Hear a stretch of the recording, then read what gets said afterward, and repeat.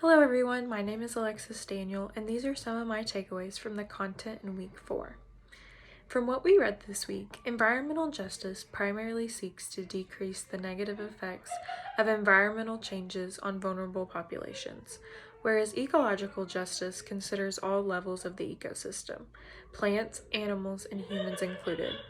With this in mind, not all environmental justice efforts are necessarily ecologically justice initiatives as well.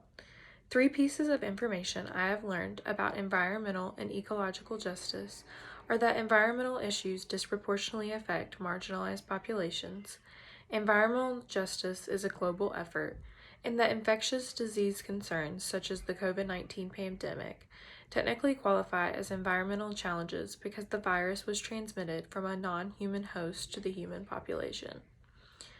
Social workers' grand challenge related to environmental justice is continuously working to adapt to changing conditions in the world.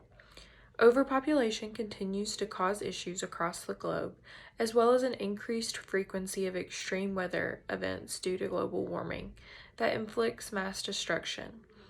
The articles we looked over this week made it very clear that people in poverty, children, older adults, members of racial or ethnic minority groups, and people with a history of mental health problems are especially vulnerable to the harmful impacts of environmental change. Social workers in the environmental justice field work to educate individuals and communities so that they are aware of environmental changes that could affect them in the future, as well as improve access to emergency response resources in underserved communities.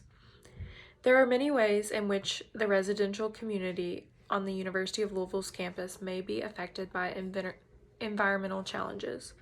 The social issue I've chosen to focus on for this target population is food insecurity, and food availability is often related to environmental factors.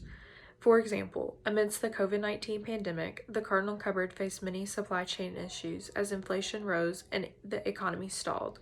Previously reliable donors to the free food pantry on campus for students and staff began to have less and less donations for us to use on campus, especially in regard to fresh produce and meats. These national food chain issues ultimately resulted in less food available for students who might not have the financial resources to pursue other dining options on campus, a primary example of how environmental justice disproportionately affects those who are already struggling to have their needs met. I really enjoyed the article titled Ethics Alive, Respect and Social Advocacy. I particularly enjoyed the author's comments about how respect means different things to different groups of people. This reminded me of many experiences I have had at my practicum site working with individuals from diverse backgrounds. The case managers I work with have been super helpful in expanding my cultural competency and making sure I do not do anything on an accident that could be interpreted as disrespectful. In certain homes we visit, I have learned that it may be considered rude to not accept food that is offered to me, or to continue standing once the other person is sat.